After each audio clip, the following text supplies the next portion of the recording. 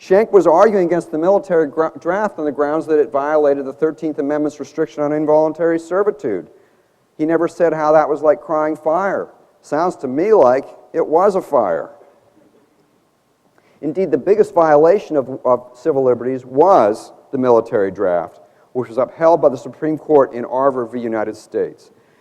It's not a long decision. I recommend you get online and read it, because you will see 9 dishonest old men torturing the English language the way they do to uphold the draft. I'll just mention 3 highlights. The first is their economic reasoning.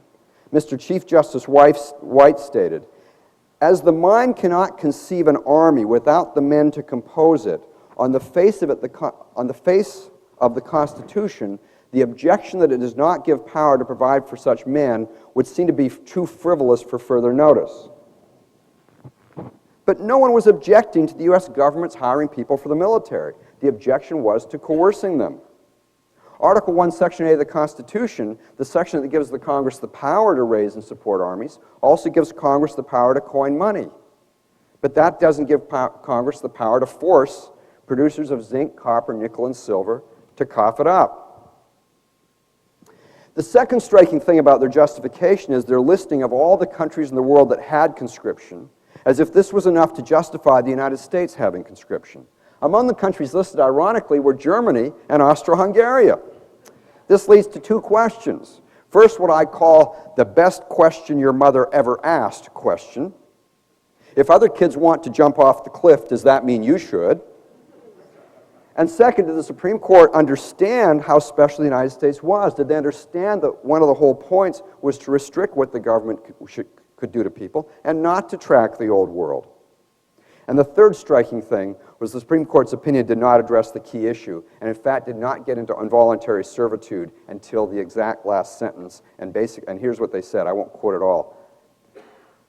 "We are constrained to the conclusion that the contention to that effect is refuted by its mere statement." Pretty clever, huh? You guys in making the argument refuted yourselves. No need to do it on our part. For that sleight of hand, they should have won the Hubert Humphrey Constitutional Scholar Award.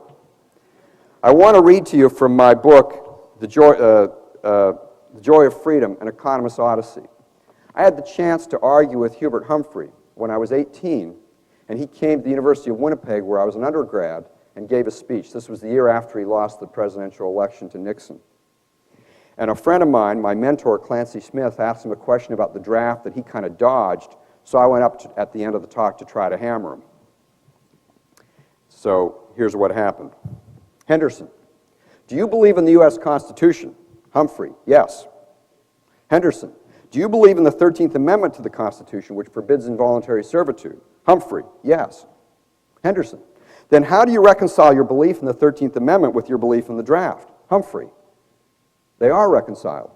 Henderson, how? Humphrey, we have the 13th Amendment, and we have the draft.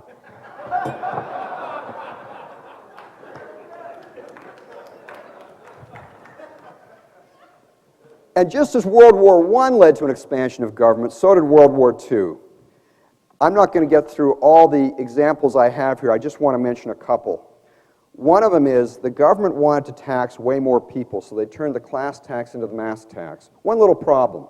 People used to pay their taxes, say, in their 1940 taxes on March 15th, 1941, so they had to save all through the year. Well, Gallup poll data showed there were millions of people not prepared for this, and the Secretary of the Treasury, Henry Morgenthau, fretted, suppose we have to go out and arrest 5 million people. Enter Beardsley Rummel, chairman of the Federal Reserve Bank of New York and advisor to the president. While treasurer at Macy's, Rummel had noticed that customers didn't like big bills but liked paying in installments. So he proposed that the government withhold from people's checks. And of course, as many of you know, this is inside baseball to some extent, but the young Treasury economist who helped design this system was one of my mentors and heroes, Milton Friedman. Milton Friedman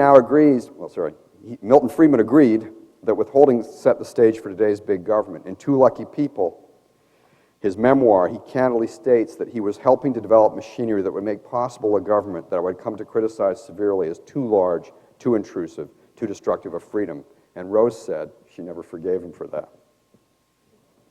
Incidentally, one person on the left who recognized that war leads to more government control and applauds that fact is editor of The Nation, Katrina vanden Heuvel. In the November 25, 2001 issue of Nation, vanden Heuvel and co-author Joel Rogers wrote, quote, "If anything, the war on terrorism creates an opening for progressives, not closure. Indeed, it presents the opportunity of a lifetime. It is a truism of modern politics that war generally mobilizes and helps the democratic left. It does so despite the repression of dissent that wartime also often brings, because war raises the stakes in politics and invites consideration of wider goals, including justice. War's mobilization of the populace against a shared threat also heightens social solidarity while underscoring the need for government and other social institutions that transcend or replace the market." In other words, government grows in wartime, displacing free market institutions. I want to turn somewhat to the cost of the Iraq War, which has been very costly. Who has borne that cost?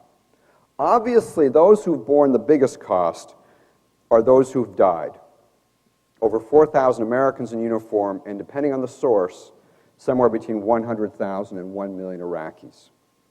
And I have no expertise that tells me where in that range the real number is. How about the cost to Americans other than those in the military? Well, let's look at the CBO's estimates of the annual budget costs of the war. And by the way, I'm artificially starting the war in March 2003. In a very real sense, the war started in 1991. The US, British, and French established the no-fly zone and made almost daily sorties bombing parts of Iraq for about 12 years, but started in March 2003. According to CBO data, we're now about at $500 billion in spending. And that's just directly for the war. To put that in perspective, one of my other colleagues at the Council of Economic Advisors in the early 80s was Larry Lindsay, who was a member of the Bush administration and estimated that the cost would be $100 to $2 billion. And he got canned for that. Everyone thought that was too high.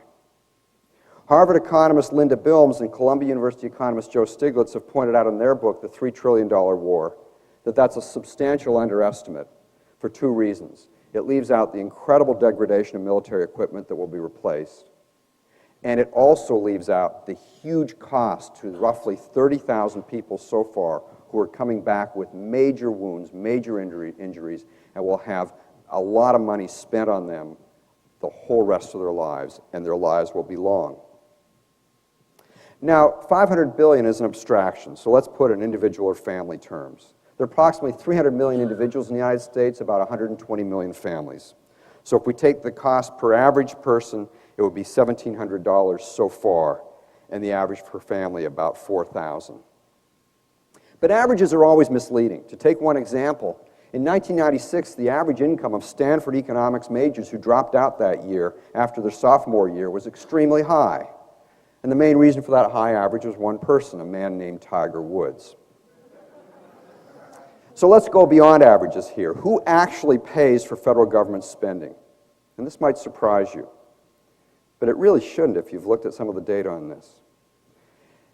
The federal tax system is what's called progressive. And now, boy, did they ever win a big battle with that word. Thomas Saz once, has always emphasized the importance of language, progressive. And it doesn't mean progressive in any real sense. It means graduated. It means the higher your income, the higher the tax rate you pay.